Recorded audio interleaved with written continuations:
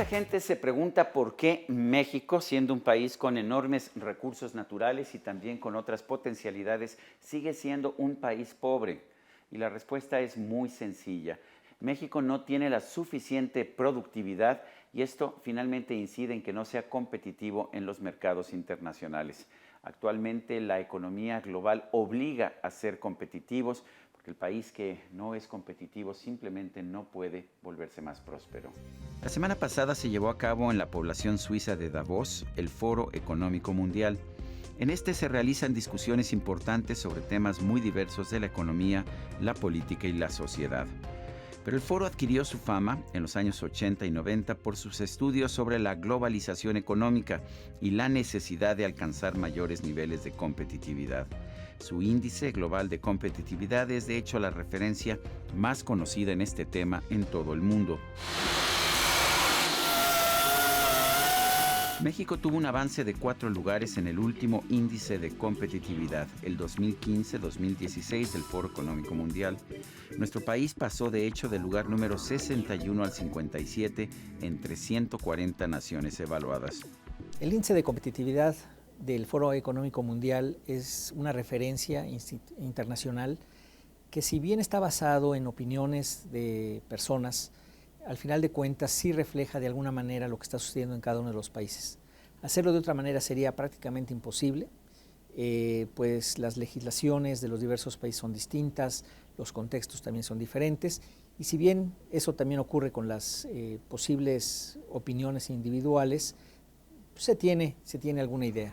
En particular, la economía mexicana registró avances en la eficiencia de sus mercados financieros, en lo que se ha llamado sofisticación empresarial y también en el campo de la innovación. Estas mejoras están relacionadas con algunas de las reformas estructurales que se han hecho en el país en los últimos años, entre ellas la reforma del sector financiero. En el campo de eficiencia de los mercados financieros, de hecho, México logró un avance de 17 lugares en el último año, lo cual es simplemente impresionante. Sin embargo, México sigue teniendo rezagos muy significativos en otros factores que considera este índice de competitividad global.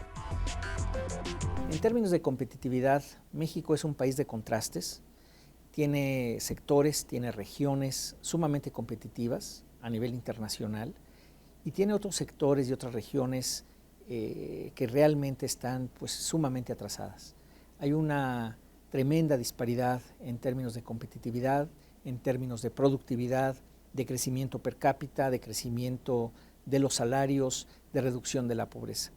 Y en ese sentido, se puede decir que México es un país con una productividad relativamente baja, que está convirtiéndose en un lastre del crecimiento económico, y que la competitividad en particular pues no ha sido la suficiente para generar una mayor productividad en todos los sectores. La verdad es que México es un país que tiene instituciones débiles. Hay una idea muy generalizada de que tenemos un gobierno autoritario que hace absolutamente lo que quiere, pero la realidad es muy distinta. Tenemos un gobierno con instituciones débiles que no alcanza a ofrecernos seguridad a los ciudadanos o a impartir justicia. Y una de las consecuencias de las instituciones débiles es que tenemos una mayor corrupción que otros países. El índice de competitividad global ofrece un enorme detalle para explicar las razones por las cuales una economía es más o menos competitiva. La peor calificación de México se registra precisamente en el rubro de las instituciones. Nuestra calificación no solamente es baja, sino que se ha venido deteriorando en los últimos años, lo cual significa que vamos para atrás en lugar de avanzar. Hay otras partes de la economía que no están sujetas a la competencia, que están como aisladas de lo que está ocurriendo. Muy claro es el caso de la informalidad, por ejemplo, en donde la informalidad de un sector amplio de la población, casi más de la mitad de la población, pues lleva casi naturalmente a una baja competitividad. Imagínense ustedes toda la gente que está en las calles vendiendo algún dulces o lo que fuera. ¿Cuál puede ser la productividad de estas personas? ¿Por qué están ahí y no en otro lugar donde sea más productivo y por lo tanto en lugares donde pueda ser más competitivo también? Entonces, lo que tiene México quizás como algo negativo es justamente esa disparidad en términos de competitividad y de productividad, que no le ayuda mucho a poder crecer como un país vigoroso, socialmente armonioso, con una posibilidad clara para todos los mexicanos, digamos, de poder avanzar. La falta de certeza jurídica es una de las peores consecuencias de la debilidad institucional. Los ciudadanos y las empresas están sometidos a extorsiones y actos de delincuencia de manera constante. La justicia se mueve lento y se mueve mal. Los tribunales no están exentos de actos de corrupción. Los trámites burocráticos son pesados y con frecuencia se tienen que resolver con dádivas de una forma u otra. Parece haber dos sistemas de justicia en nuestro país, uno de los cuales se aplica a los políticos y a los ricos y otro se aplica al resto de la población. La fortaleza institucional del país no es muy grande y eso se ve reflejado en los indicadores de competitividad a nivel mundial. Lo que ello significa es fundamentalmente que instituciones públicas, por ejemplo, a lo que genéricamente se habla del Estado de Derecho, pues no esté realmente cumpliendo su cometido. Digamos, no todo mundo es igual ante la ley. Por ejemplo, la corrupción. La corrupción es otro elemento que refleja instituciones muy débiles de procuración de justicia, también de leyes incluso que no persiguen completamente los delitos que deberían de perseguirse.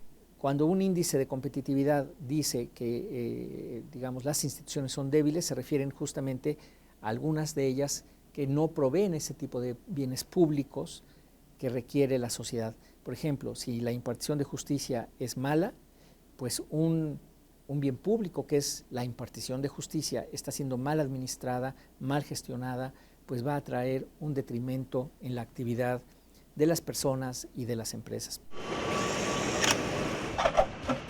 Uno podría pensar que la debilidad institucional no afecta el desempeño de la economía, pero esto es simplemente falso. Las empresas grandes, nacionales o internacionales, pueden resolver este problema gracias a que cuentan con verdaderos ejércitos de abogados y contadores, pero las firmas pequeñas tienen enormes dificultades para sobrevivir y competir ante la falta de instituciones sólidas. Esta falta de instituciones se refleja también en actos de corrupción. No sorprende de hecho que los empresarios mexicanos, al señalar cuál es su principal problema, siempre apuntan hacia la corrupción. Otro problema muy serio para la competitividad mexicana es el mercado laboral. Si bien la reforma laboral que se llevó a cabo en estos últimos años ayudó y de hecho permitió que México avanzara 7 lugares en el índice global de competitividad del Foro Económico Mundial, la verdad es que México sigue siendo uno de los países más rezagados del mundo en esta materia. Buena parte del problema es la legislación laboral que ha permitido que los sindicatos mexicanos se conviertan en verdaderas mafias de extorsión y esto por supuesto hace muy difícil que puedan ser competitivas las pequeñas y medianas empresas nacionales. En materia educativa tenemos un buen registro en cobertura primaria. Esto es importante porque la educación es indispensable para lograr una mayor competitividad. La mayor parte de los niños mexicanos tienen efectivamente acceso a las escuelas de educación básica. El problema no es la cobertura, sino la calidad de la instrucción. Y ahí es donde tenemos un problema enorme los mexicanos. La reforma educativa todavía no empieza a cambiar esa situación que tanto daño le hace a nuestro país. En educación superior y capacitación laboral no tenemos ni la cobertura ni la calidad. A pesar del orgullo con el que los mexicanos vemos a ciertas grandes universidades públicas, la verdad es que su nivel de instrucción es muy bajo en comparación con otras del resto del mundo. Otra vez vemos, hay una serie como de claroscuros en el tema educativo, en donde por un lado hay mayor cobertura, una reforma que va marchando, pero al mismo tiempo observamos que a pesar de tener esta mayor cobertura, los años de escolaridad, por ejemplo, en los últimos 10 años han aumentado de unos 7,5 a unos 11 años en promedio, no se ve reflejado en un aumento en la productividad. Si uno hace una gráfica entre las dos cosas, ve que la escolaridad va aumentando y la productividad de la fuerza de trabajo prácticamente está plana. Y ahí se nota una desconexión entre el aparato productivo y el aparato educativo. Esa desconexión tiene que evitarse, tiene que salvarse, porque no es lógico que si la población está mucho más educada, sigamos teniendo productividad promedio relativamente estancada. Si bien tenemos calificaciones negativas en muchos campos de actividad, curiosamente registramos una situación que mejora en el ambiente macroeconómico. Esto lo podemos ver con facilidad. Durante décadas, México vivió en un ambiente marcado por una alta inflación y grandes desplomes económicos. Hoy tenemos la inflación más baja de la historia y una razonable estabilidad económica. No estamos creciendo mucho, pero lo poco que crecemos se hace de forma gradual.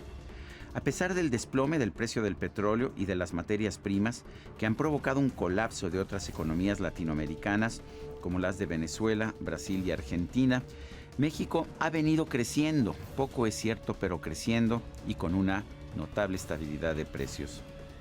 El crecimiento económico no va a resurgir como en otras épocas si la productividad no se eleva. Y para elevar la productividad, un motor fundamental es que haya más competencia, es que el país sea más competitivo.